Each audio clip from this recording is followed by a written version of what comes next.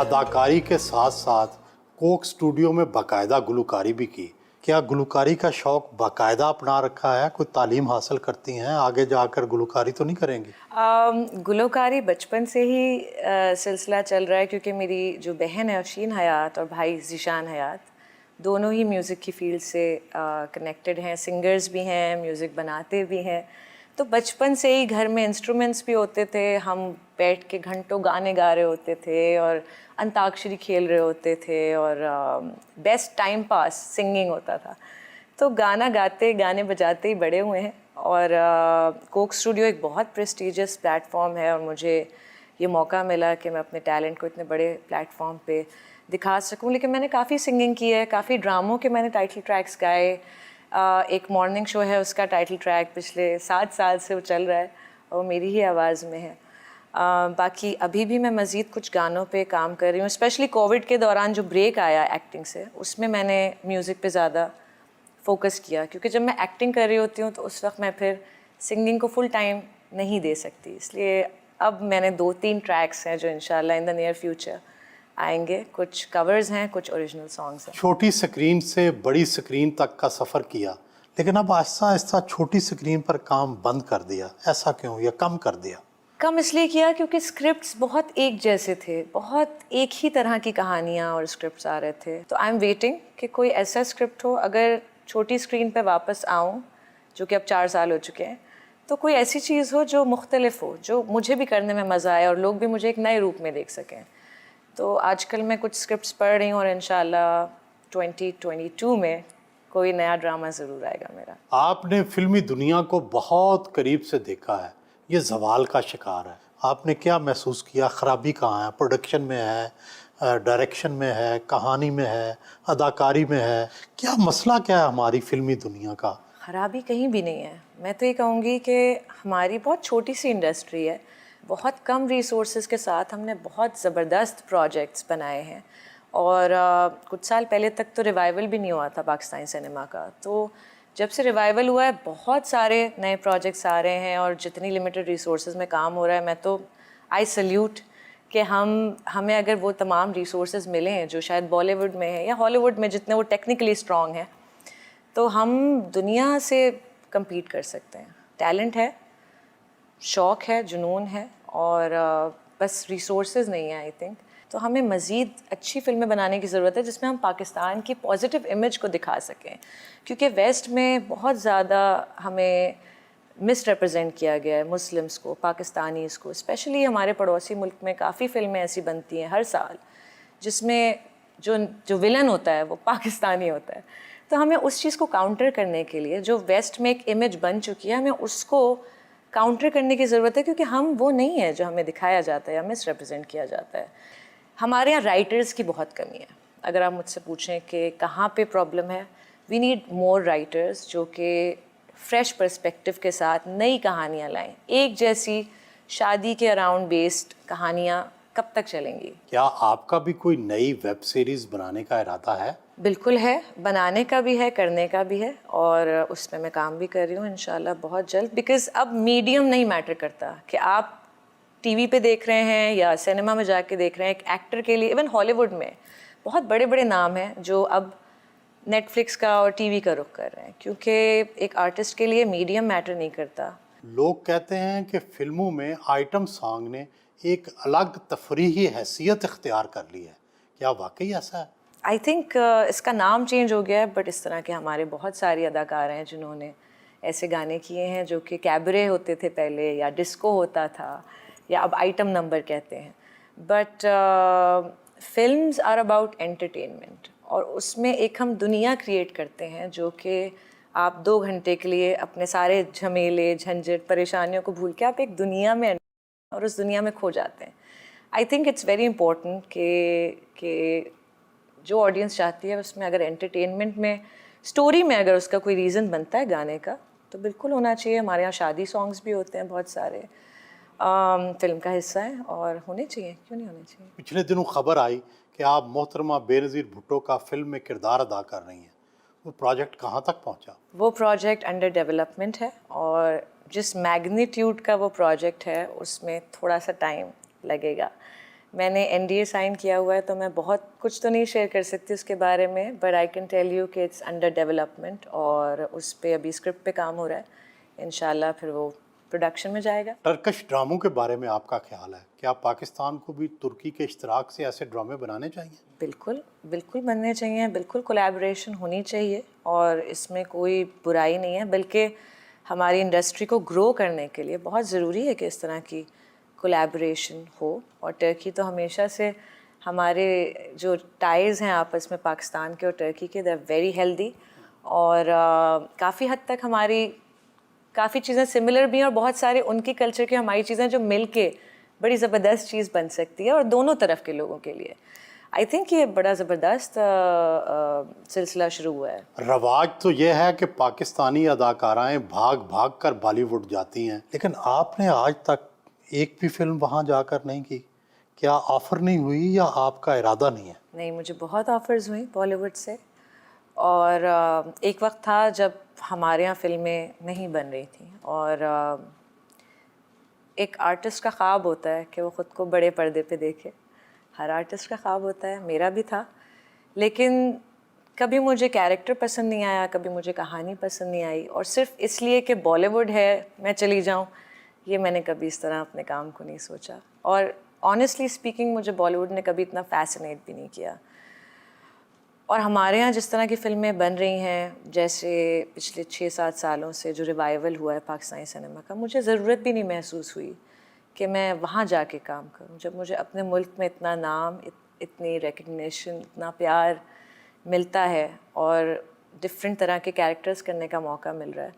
तो मुझे नहीं लगता कि कोई ज़रूरत है बॉर्डर पार जाके काम करने। लेकिन एक कंपटीशन तो है ना, अगर आप वहाँ पे जाके उन एक्ट्रेसों का मुकाबला करती हैं या उनकी फिल्मों में जाके compete करती हैं, तो उससे एक मुकाबला तो जनरेट होगा, पता चलेगा पाकिस्तानी आर्ट कहाँ है और इंडियन आर्ट कहाँ है। वो मुकाबला हम अपनी फिल्मों के थ्रू भी कर सकते हैं। वहाँ पे मेरे बहुत फ़ैन्स हैं, इंडिया में, दुनिया भर में फ़ैन्स हैं, लेकिन मुझे लगता है कि अब वो वक्त आ गया है कि हमें इतना शॉर्ट साइटेड नहीं होना चाहिए कि हम सिर्फ बॉलीवुड के लिए एम करें। हम ईरानी सिनेमा भी है, हॉलीवुड भी है, कोरियन सिनेमा है, नेटफ्लिक्स है, तो बहुत ज़्यादा डाइवर्सिटी आ चुकी है इसमें कि although Bollywood is one of the largest film industries in the world, लेकिन यहाँ मुझे जिस तरह काम मिल रहा है, इज़्ज़त मिल रही है, प्यार मिल रहा है, मुझे ज़रूरत महसूस नहीं होती कि मैं वहाँ जाके अपना टैलेंट दिखाऊँ।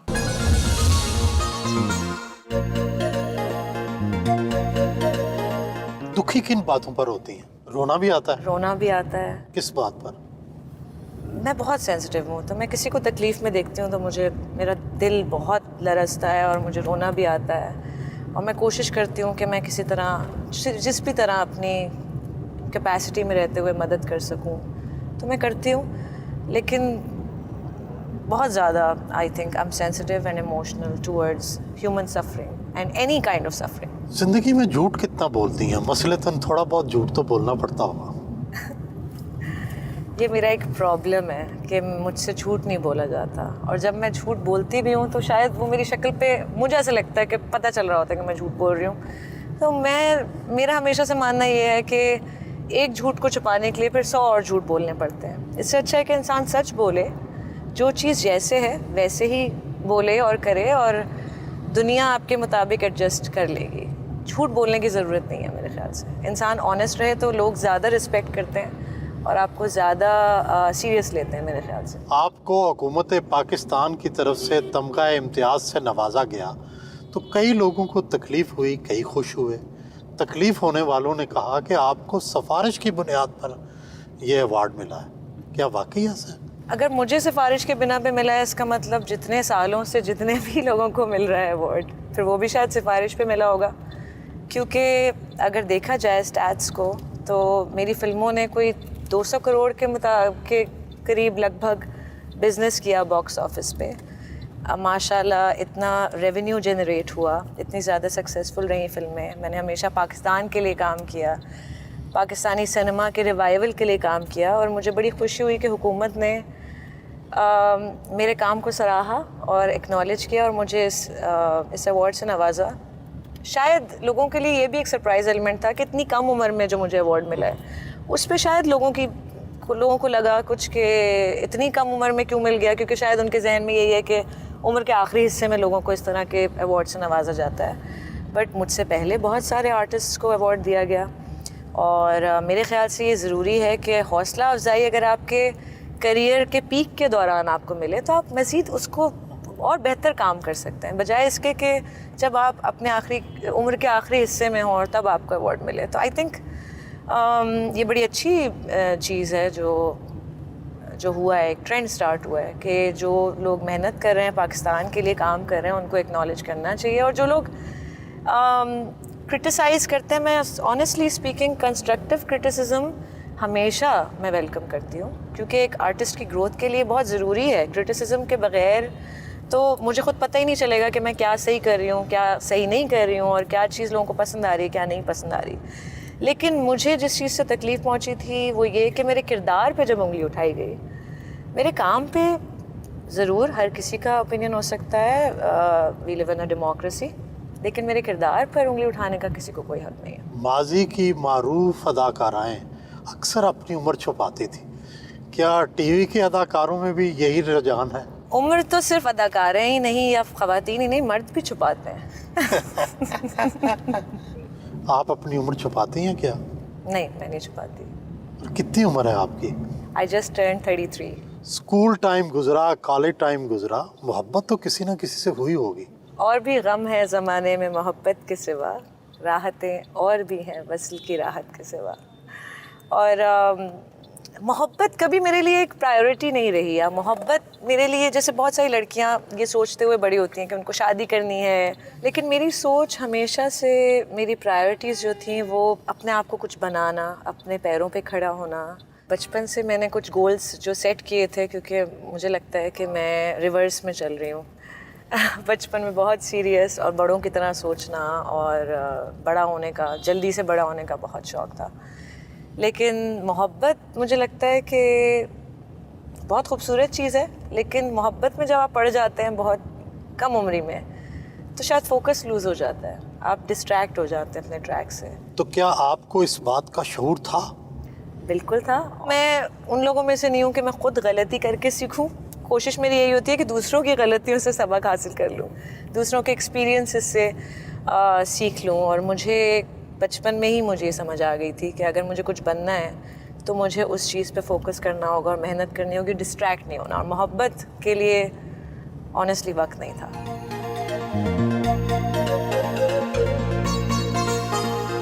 दोस्त अदाकार और मॉडल मिकाल जुल्फ़कार के सैलून पहुंचे। मिकाल जुल्फ़कार ने इस्तकबाल किया।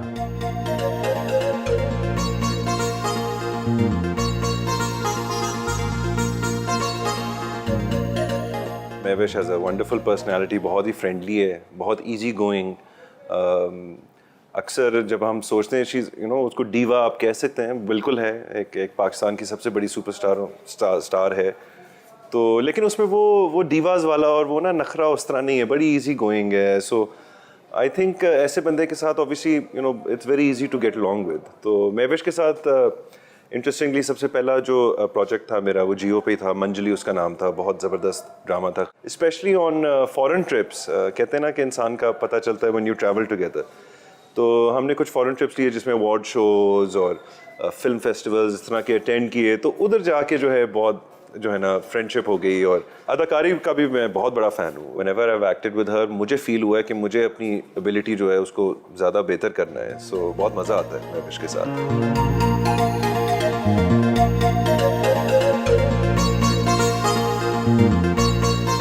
ड्रेस तब्दील किया और मेकअप करवाया।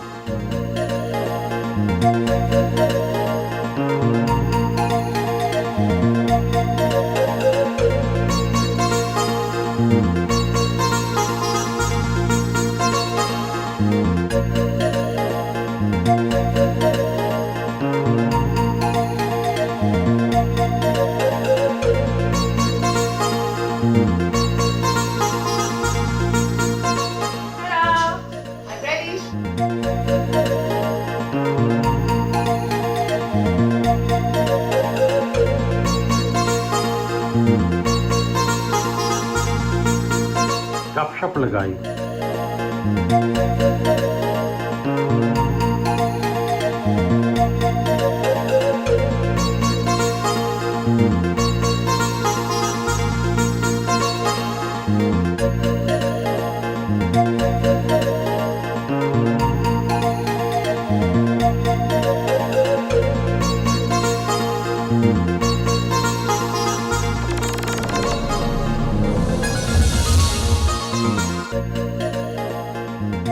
पोलो क्लब पहुंची। पोलो क्लब के अंदर ही बनाए गए अपने दोस्त सुहेल सलाहुद्दीन के कैफेटेरिया पहुंची।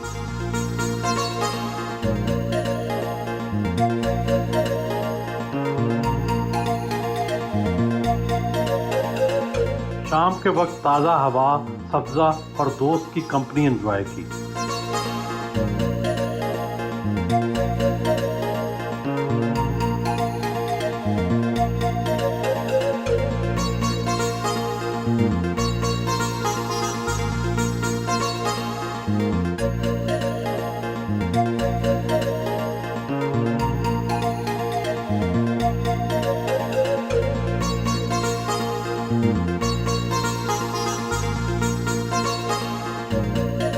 फ्रेश बेक्ड पिज़्ज़ा ने मज़ा दुबाला कर दिया।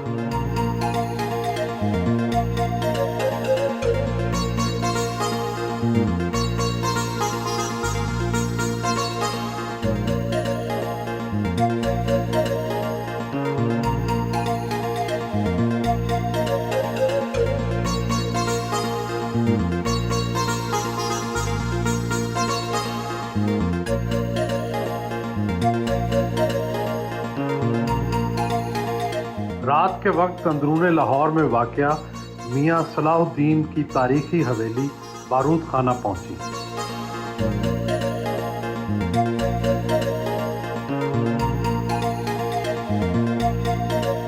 मियां यूसुफ सलाहुद्दीन ने इस्तकबाल किया।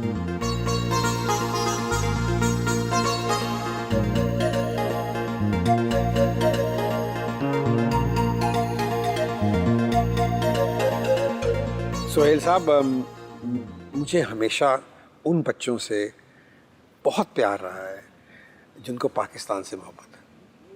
और महविश की सबसे जो मुझे अच्छी बात लगती है that she is a true patriot and a lover of Pakistan. हमेशा इसने खड़े होके इवन एज एन आर्टिस्ट, जब बहुत से हमारे आर्टिस्ट जो हैं वो इस बात से डरते हैं कि हम कोई भी बात करें ख़ास तौर पे इंडिया के बारे में या उनकी इंडस्ट्री में, she has always been bold, she has had the opportunity and she is used it well, कि इसने जाके वहाँ बड़े फोरम्स के ऊपर जाके ये बात की, कश्मीर की बात की। BBC को इसने इंटरव्यू दिया, CNN को भी दिया था, हाँ CNN को भी दिया, सब जितने भी मेजर, एंड ये मुझे एक इसकी बात सबसे ज़्यादा अच्छी लगी। Otherwise she is a very humble person. मेरे तो बिल्कुल बच्चों की तरह। एंड शी एंड दानिश और इसकी जो सिस्टर इन लॉ है फ़ायज़ा, ये अमूमन जब आते हैं तो इकट्ठे ही आते हैं, तो then we all get together over here, और फिर हम म्यूज़िक भी करते हैं, कोई ना कोई भी and then of course also इसने मेरे साथ प्रोग्राम भी मेरे होस्ट किए हुए हैं, मेरे गाने भी गाए हुए हैं, मेरी नात भी पड़ी हुई है। एंड सो एक बड़ी अच्छी एसोसिएशन है which has been there.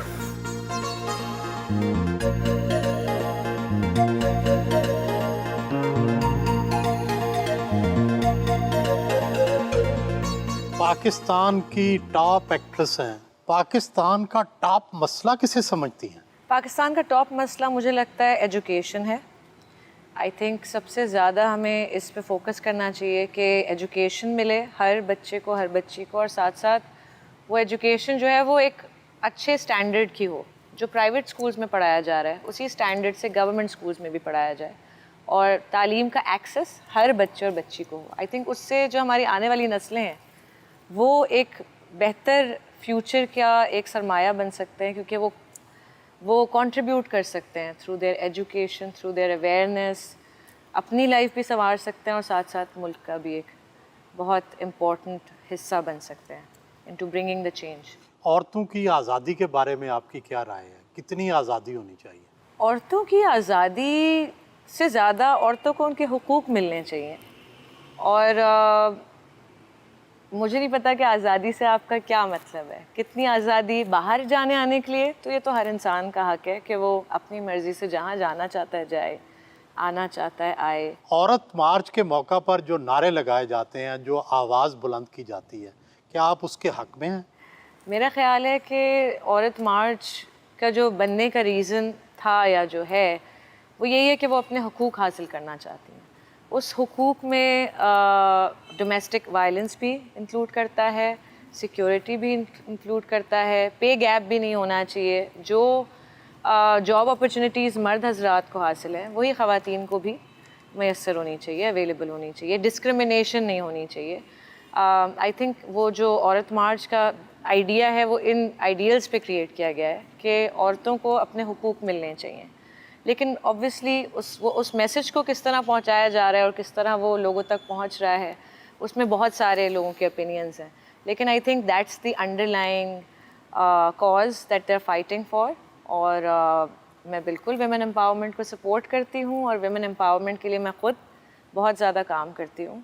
And I think all we are asking for is equality. हम नहीं चाहते कि हम मर्दों से बढ़तर या कमतर, हमें बराबरी चाहिए बेसिकली। आपने मी टू की नई आवाज़ें भी सुनी होंगी, क्या आप समझती हैं ये तरीका दुरुस्त है? देखिए, मी टू की मूवमेंट निकली जब हार्वी वाइनस्टीन स्कैंडल सामने आया और एक ने आवाज़ उठाई जो उसके साथ वाक़या हुआ, और उसके साथ साथ जितनी भी ख़वातीन थी जो विक्टिम्स थी उन्होंने भी आगे बढ़कर बात की। वो केस परस्यू हुआ, हार्वी वाइनस्टीन को अरेस्ट कर लिया गया और काफ़ी सॉलिड उसके बारे में सबूत भी उन्होंने हासिल किए। तो मुझे लगता है कि ये पावर है एक सोशल मीडिया का जो कि अब इस्तेमाल किया जा रहा है। But yes, me too movement को बड़े रिस्पॉन्सिबली इस मूवमेंट को आगे चलाने की ज़रूरत है। और चाहे मर्द हों या ख़वातीन, मी टू के विक्टिम्स बहुत से लोग हैं। एंड आई थिंक इसको समझदारी के साथ, और बहुत सारे केसेस में ऐसा भी हुआ कि ख़वातीन के पास वो पावर नहीं थी या वो रिसोर्सेज नहीं थी कि वो किसी वकील को हायर करें या उस चीज़ को परस्यू करें। The next thing they know is social media, कि वहाँ पे आवाज़ उठाई जा सकती है। लेकिन चेक एंड बैलेंस ज़रूरी है। सोशल मीडिया पर आप सबसे ज़्यादा एक्टिव रहती हैं, क्या समझती हैं कि इसके ज़रिए माशरे का सुधार हो सकता है? बिल्कुल हो सकती है। मैं काफ़ी एक्टिवली सोशल मीडिया पे कॉजेज़ को भी के बारे में बात कर रही होती हूँ और जो भी करंट अफेयर्स होते हैं उस पर बात करती हूँ, क्योंकि अल्लाह ने मुझे इन्फ्लुएंस दिया है, वो जगह दी है कि लोग सुनते हैं, मेरी बात को वैल्यू करते हैं। और मेरा ये फ़र्ज़ बनता है as an artist, as a Pakistani, कि मैं उस आवाज़ को अपने मुल्क की बेहतरी के लिए इस्तेमाल करूँ। और यही मेरी कोशिश होती है। और इसीलिए मैं सोशल मीडिया को, Instagram is more superficial, Twitter is more serious, और वहाँ पे आपको बहुत सारी एक डिबेट बड़ी अच्छी हो जाती है, आपको दोनों रुख सिक्के के नज़र आते हैं। आई think that's a very interesting platform, और मुझे अच्छा लगता है ट्विटर पे अपने व्यूज़ शेयर करना। माशाल्लाह, आप वर्ल्ड व्यू भी एक रखती हैं। ये बताएं कि मुल्क में कौन सा निज़ाम होना चाहिए, कैपिटलिज़म, सोशलिज़म, जमहूरियत या कुछ और? मैं ह्यूमैनिटी को पसंद करती हूँ, और मुझे लगता है कि इन सब से बढ़कर जो आपने मेंशन किया, तमाम इन चीज़ों से बढ़कर ह्यूमैनिटी है। और हम सबको रिकनेक्ट करने की ज़रूरत है ह्यूमैनिटी से। क्या आप समझती हैं कि वाकई करप्शन पाकिस्तान का सबसे बड़ा मसला है? Yes, corruption is also one of the issues जो कि बहुत ज़्यादा इस मुल्क को डैमेज करने में करप्शन का बहुत हाथ है। और जब से पीटीआई आई है तो इस चीज़ को बहुत ज़्यादा फोकस किया गया है कि पाकिस्तान को करप्शन फ्री बनाया जाए। And I totally support the government. और इस प्रोसेस में मुझे अंदाज़ा है कि टाइम लगेगा। कोई चीज़ जब इतनी बिगड़ी हुई हो तो कोई एक मैजिक वॉन्ड तो है नहीं हुकूमत के पास कि वो उसको ऐसे इजीली सही कर सकें। टाइम लगता है इन चीज़ों में। लेकिन आई थिंक अगर हम मुल्क को करप्शन फ्री बना दें तो बहुत सारी चीज़ें, बहुत सारे इदारे, बहुत सारे मसले हल हो सकते हैं, और बहुत सारी प्रॉब्लम्स पाकिस्तान की जो हैं वो दूर हो सकती हैं। क्या आप वज़ीर आज़म इमरान खान की इस बात से इत्तफाक करती हैं कि औरतों के कपड़े भी बाज़ औक़ात लोगों के जज्बात को उभारते हैं? एक्टर इन लॉ मेरी एक फ़िल्म थी जिसमें मैंने पारसी जर्नलिस्ट का रोल प्ले किया, और मीनू स्क्रू वाला, उसको इशू ये होता है कि उसको अक्सर मर्द जो हैं वो स्टेयर करते हैं उस पर, उसको देखते हैं, उसको घूर के देखते हैं, शी फील्स अनकम्फर्टेबल। और जब वो केस लड़ने जाती है तो यही सवाल उनसे पूछता है वकील कि आपने कभी सोचा कि आप में कुछ प्रॉब्लम है या आपके कपड़े जिस तरह के आप पहनती हैं? एंड द डायलॉग गोज़ कि क्या मैं रास्ता चलते हुए सिग्नल तोड़ देती हूँ जो मुझे सीटी मार के रोका जाए, या मैं कोई एलियन हूँ जो मुझे घूर घूर के लोग देखते हैं? तो प्रॉब्लम जो है वो बेसिकली माइंड सेट में है, it's not in the clothes. हमें जो ज़रूरत है काम करने की जिस चीज़ पे, वो है माइंडसेट। क्योंकि वेस्ट में तो ख़वातीन बहुत तरह के कपड़े पहनती हैं, लेकिन मुझे as a woman, as a young woman, मुझे कभी ऐसा फ़ील नहीं हुआ कि मुझे किसी फॉरेन कंट्री में कोई मुझे चेक कर रहा है या मुझे कोई घूर रहा है या देख रहा है। तो यहाँ पे अगर ऐसा मसला है तो वो मसला फिर माइंडसेट से स्टेम कर रहा है और उसको एड्रेस करने की ज़रूरत है आई थिंक। एंड उस माइंडसेट को चेंज होने की ज़रूरत है, क्योंकि उसी सीन में एक फ़हद मुस्तफ़ा के साथ मेरा उसी फिल्म में एक सीन था जिसमें हम बुर्का पहन के एक नॉर्मल मार्केट में जाते हैं। दोनों ने बुर्का पहना है, फ़हद ने भी और मैंने भी। और वैसे तो हम पूरे कवर्ड हैं, बट एक सोसाइटी की जो एक this is also an aspect of our society कि वो उसको एक बंदा छेड़ता हुआ गुजर जाता है और फिर मीनू कहती है कि क्या हुआ, तुम्हारे कपड़ों ने तुम्हें प्रोटेक्ट नहीं किया? तो प्रॉब्लम कपड़ों में नहीं है, problem is in the mindset. And I totally agree with what Meenu said कि प्रॉब्लम कपड़ों में नहीं है, प्रॉब्लम दिमाग में है, उसको ठीक करना पड़ेगा। आप ह्यूमन राइट्स की गुडविल एम्बेसडर भी रहीं, इस हवाले से क्या जिम्मेदारियां अंजाम दी? मिनिस्ट्री ऑफ ह्यूमन राइट्स ने मुझे right of the girl child की कैंपेन के लिए, उन्होंने मुझे 1 साल के लिए साइन ऑन किया और बड़ी अच्छी कैंपेन थी। हमने जो रूरल एरियाज़ हैं जहाँ पे हमें गर्ल एजुकेशन को प्रमोट करना था, वहाँ ट्रक आर्ट के ज़रिए बहुत सारे ऐसे पेंटिंग्स बनाई गई जिसमें लड़की की एजुकेशन और उसकी अहमियत को सामने लाया गया, उसको टेक्स्ट के ज़रिए और पिक्चर्स के ज़रिए। और बड़ी खूबसूरत कैंपेन थी और उन ट्रक्स को पूरे तमाम पाकिस्तान में उनको टूर कराया गया, कोई 20 से 25 ट्रक्स थे। लेकिन मुझे एक चीज़ थोड़ी सी डिसअपॉइंटमेंट ये हुई कि ये एक ऐसा काम है जो कि एक कैंपेन से नहीं हल हो सकता। I was with them for a year और उसके आगे जो मज़ीद फॉलो अप काम करना चाहिए था, जो उस चीज़ को मज़ीद आगे लेके बढ़कर चलना चाहिए था, वो नहीं हुआ। मुझे लगता है बहुत कुछ हो सकता था और बहुत कुछ करने की ज़रूरत है और अभी भी बहुत वक्त है कि हम गर्ल एजुकेशन पे फोकस करें और काम करें। आप सिंध के अंदर भी बाज़ स्कूलों को सपोर्ट कर रही हैं, इसके पीछे क्या जज्बा कार फरमा है? यूके की एक चैरिटी, बहुत बड़ी चैरिटी है, पेनी अपील के नाम से, इट्स एन ऑर्गेनाइजेशन। उनके साथ मिलके मैंने सक्खर में 5 स्कूल रीबिल्ड करने का मिशन अपनाया और साथ साथ मुझे लंदन मैराथन में हिस्सा भी मैंने लेने के लिए हामी भरी और वो होना भी था, लेकिन ड्यू टू कोविड वो मैराथन नहीं हुआ और वो सिलसिला थोड़ा सा रुक गया, जिसमें मैं उनके साथ मिलके फ़ंड्स रेज़ करूँगी और 5 स्कूल्स को रीबिल्ड करूँगी। मैं ख़ुद पर्सनली गई सक्खर, उन 5 साइट्स पे जाके मैंने वो स्कूल्स देखे और आप यकीन करें, I literally was in tears जब मैंने देखा कि वो मासूम छोटे छोटे बच्चे बच्चियाँ धूप में, दरख्त के साए में, ना उनके पास प्रॉपर बेंचेस हैं, ना बैठने का कोई सही सिस्टम है, ना रेस्ट रूम्स हैं बच्चों के लिए। बेसिकली बहुत ही बुरे हालात थे और वहाँ पे स्कूल्स बनने की बहुत ज़रूरत है। जो चीज़ मुझे बड़ी ज़बरदस्त लगी और फैसिनेटिंग लगी वो ये कि बच्चे पढ़ने का उनको शौक़ है, बच्चों को, बच्चे चाहते हैं तालीम हासिल करना, वो अपनी कम्युनिटी को सपोर्ट करना चाहते हैं, वो अपने माँ बाप का सहारा बनना चाहते हैं और अपने गांव को भी एलिवेट करना चाहते हैं। तो मुझे बड़ा ये प्रोग्रेसिव लगा ये स्टेट ऑफ माइंड, क्योंकि मैंने पेरेंट्स से भी जाके बात की और बच्चों से मैंने वादा किया कि ये स्कूल्स मैं ज़रूर बना के दूंगी उनको, ताकि वो उनको ऐसा एनवायरनमेंट मिल सके कि उसमें तालीम हासिल कर सकें। आप खुद भी अच्छा गाती हैं, अपने अलावा कौन पसंद है गाने में? क्यूबी बहुत अच्छी हैं, आयमा मुझे बहुत पसंद है, मेरी अपनी बहन अफशीन हयात, मुझे उनकी आवाज़ बहुत पसंद है और मेरी उस्ताद भी हैं, उन्होंने ही मुझे सिखाया है जो कुछ मैंने सीखा है सिंगिंग में। और बाकी रेशमा जी, आबिदा, जी बहुत पसंद है मुझे। और अदाकाराएं कौन सी अच्छी लगती हैं? एक्ट्रेसेस में मुझे आयज़ा पसंद है, मुझे सबा बहुत अच्छी लगती है। ईद का दिन कैसा गुजरता है?